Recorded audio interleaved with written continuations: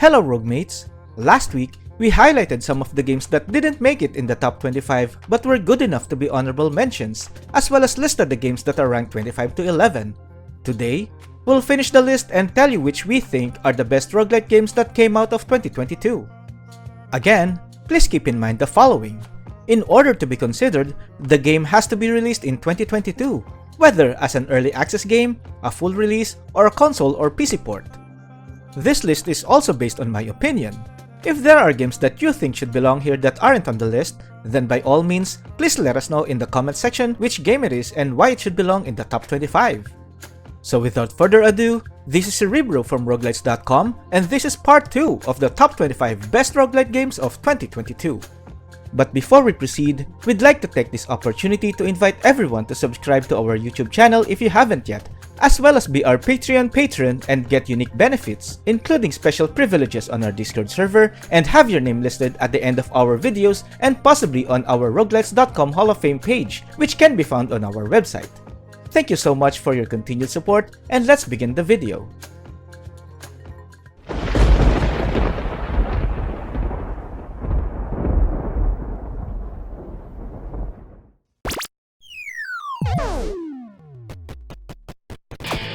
The gaming industry has recently been moving toward pushing graphical boundaries as well as implementing innovative mechanics, and while those take the industry to the next level, there's still beauty in simplicity, and Tiny Rogues is a testament to that. At first glance, you'll see that the game presents itself as a 90s-ish PC game. I mean, the game literally has an option where the screen can imitate a CRT monitor. The gameplay is simple in the sense that all you need to do is beat all enemies in the room, and then choose to enter one of the two doors presented to you, each one offering a different power-up while also having a different set of enemies. Even if the gameplay is basic, there's so much fun to be had with the sheer amount of weapons, classes, and unlockables in the game. Boss battles are challenging but fair. Combine all of these and you have a game that will provide you with an insane amount of hours of replayability.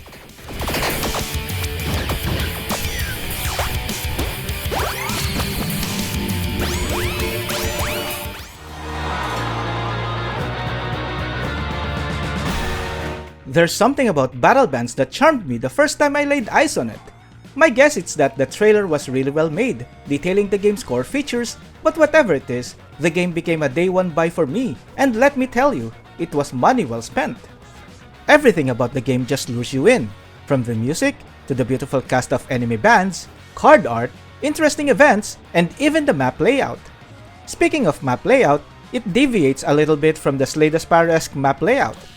You still pick a starting point, but instead of a linear path with occasional choices, you can freely roam around wherever you want, until you run out of hearts, that is, true to the rock and roll touring concept. The devs host tournaments where you even get to battle against them. They also update the game on a regular basis, which just shows how much they care about the game and the community behind it. Similar to Wall-E and the Fantastic Predators last week, it's a shame that Battle Bands isn't as popular as I feel it should be. The game is amazing, much so that it earned its place in the number 9 spot.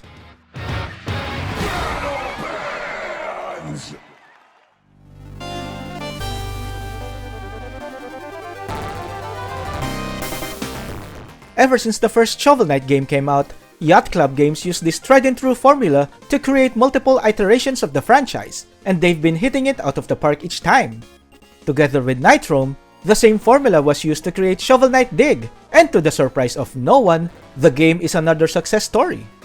Much similar to the original Shovel Knight, you can use your trusty shovel to whack enemies in the head, jump over enemies and obstacles like it was a pogo stick, and get this, you can use it to dig! Shocking, am I right? Joking aside, there are some differences from the original game. The main difference is, of course, the roguelite elements. The levels are randomly generated, you get to use your currency to unlock items on your future runs, etc. The visuals have also been upgraded from an 8-bit look to a more 16-bit look. Also, in Dig, your adventure is more of a vertical one instead of a traditional horizontal one you see in most platformers. Think of it as a combination between Shovel Knight, Downwell, and Spelunky. What you get is a worthy addition to the Shovel Knight franchise that you will be digging back for more.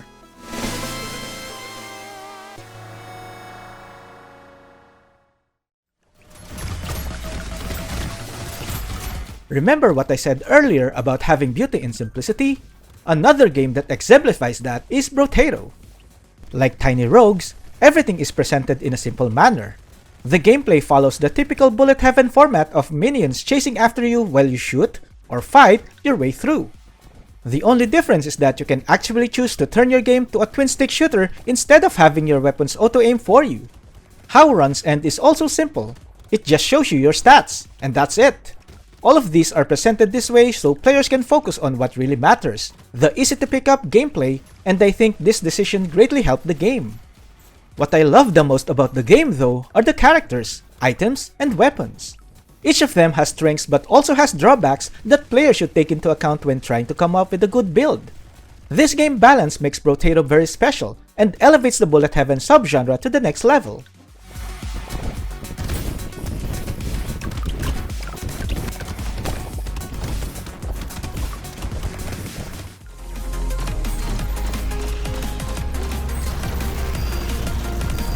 The beauty of lists like this is, while there are titles that you expect to be included, some are surprise entries that will come out of nowhere, and you'll be wondering why it was ranked as such.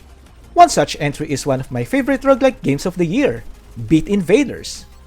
For those who are unfamiliar, Beat Invaders is a shoot-'em-up roguelite comparable to the likes of Galaga and Space Invaders of yesteryear. Its visuals are such eye candy, but even with all the colors flying around, you still have a clear indicator of what's going on in the field. The controls are really simple, with your ship only being able to move left and right while only having two buttons to worry about, the main fire button and the power-up button. This makes the game extremely easy to pick up and learn. As for the roguelite elements, you get new upgrades whenever you level up, and these vary based on your ship you're using. You also get some power-ups when you destroy certain types of enemies like meteorites, elite ships, or even an entire freight carrier. Aside from that, there are permanent upgrades you get to use your upgrade tokens with after each run, and if you're good enough, your name will even get added to the scoreboard, either daily, weekly, or lifetime. I've played this game so much over the summer to the point where I've unlocked all of its permanent upgrades, but that didn't stop me from continuing to play and enjoy it. From the core gameplay, the roguelite elements, and the satisfaction of seeing my name on the scoreboard, Beat Invaders is such an underrated gem, and roguemates have no idea what they're missing.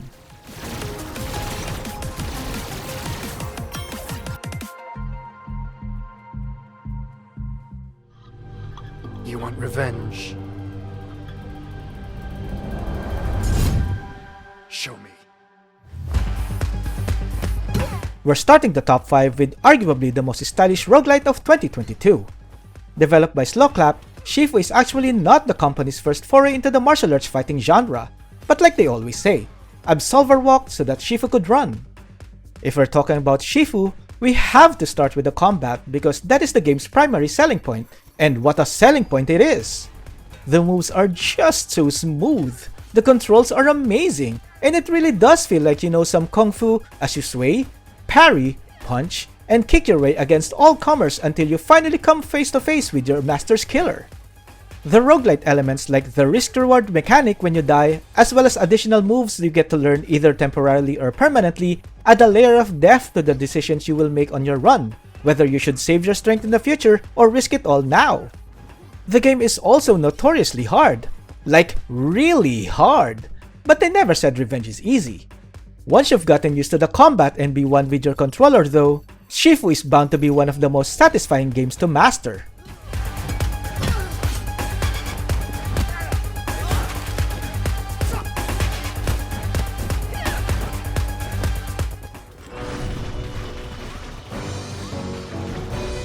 In case you haven't noticed yet, the chances of a game getting noticed dramatically increase when you take the genre's best traits and add something that hasn't been done before into the core gameplay. It looks like Revita's solo developer Benjamin Ben Starkiefer got the memo because the game looks to be pretty damn unique for a twin-stick shooter. Using currency to buy items and improve your runs is the norm in gaming nowadays, but in Revita, it also treads the line between life and death. That's right, your health is your currency, creating a game-changing risk-reward concept that is insane by roguelite standards given how overpowered or underpowered you can be. The game also features hundreds of relics that change the way your runs will go, a shard system that raises the difficulty of your runs, and tons of hidden rooms which are unusual in a roguelite game but a very welcome addition. The only things that prevent it from being the best roguelite of the year are the fact that your basic weapon doesn't really change and the lack of boss variety. Nonetheless, Revita is still an elite level roguelite that deserves to be in the top 5, and you'll definitely get your money's worth.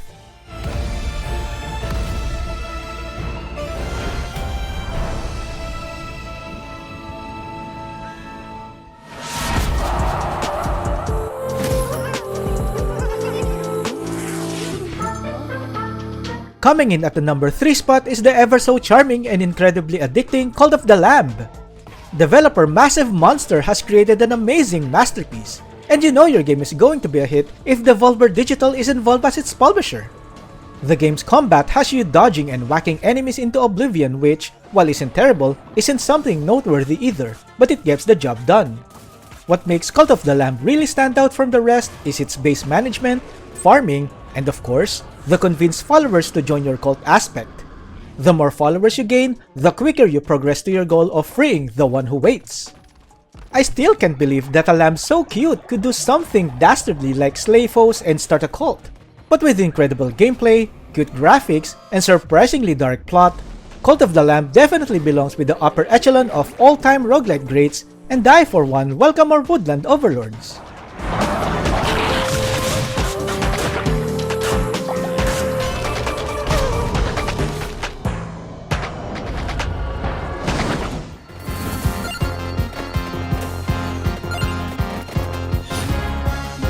Street Fighter 2, Dota, and Doom. These are some of the games that started the golden era in their respective genres. Street Fighter 2 for fighting games, Dota for MOBAs, and Doom for FPS games. Believe it or not, this next entry has proven itself worthy to have its name amongst the trendsetters in the business.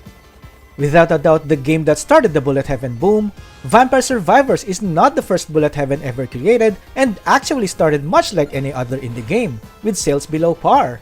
That is, until Splattercat Gaming featured the game in one of his videos and the rest they say is history. Again, much like any other indie game, VS thrives on simplicity, so the focus will be on the gameplay which will keep you hooked for hours. The concept of start weak, finish overpowered is executed to perfection in this game, and the hero and weapon variety brainwash you into playing another run. Once your run is over, what's waiting for you are a ton of unlockables, from heroes, to weapons, to even levels and achievements. Ponko fully launched the game last October, and its first paid DLC last December, with no signs of slowing down. I've said this before and I'll say it again, Vampire Survivors is, without a doubt, the best $3 game you'll ever purchase.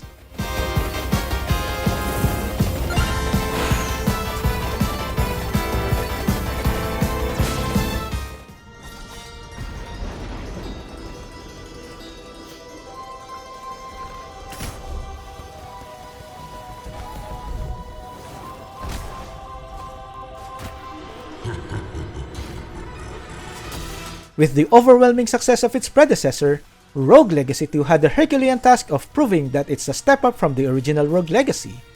When the game was released late in April, the game not only proved that it's a worthy successor, but it blew expectations out of the water. You can choose from 15 different classes in the game, all with different initial weapons and spells that you can replace during your run if the opportunity presents itself, and randomized traits.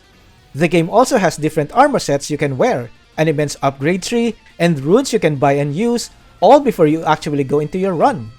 The number of modifiers in the game is astronomical, and that's not even putting into account the randomly generated traits your selection of characters have, as well as the relics that appear during your runs. Because of this, the possibility of getting identical characters is insanely slim. While the actual combat is mostly similar, as well as the legacy aspect where once your character dies, your air fights on, the game also has a lot of deviations from its predecessor. Things like a vastly improved biome design, traits, and of course the art style. The end product is an amazing combination of the tried and true Rogue Legacy formula and innovative mechanics exclusive to RL2. I mentioned before in my review back in May that I wouldn't be surprised if Rogue Legacy 2 receives Game of the Year award nominations, and while that didn't come to fruition, I still stand by the fact that it is definitely the best roguelite game I've played that was released this year, and that's why it deserves to get the top spot as the best roguelite game of 2022.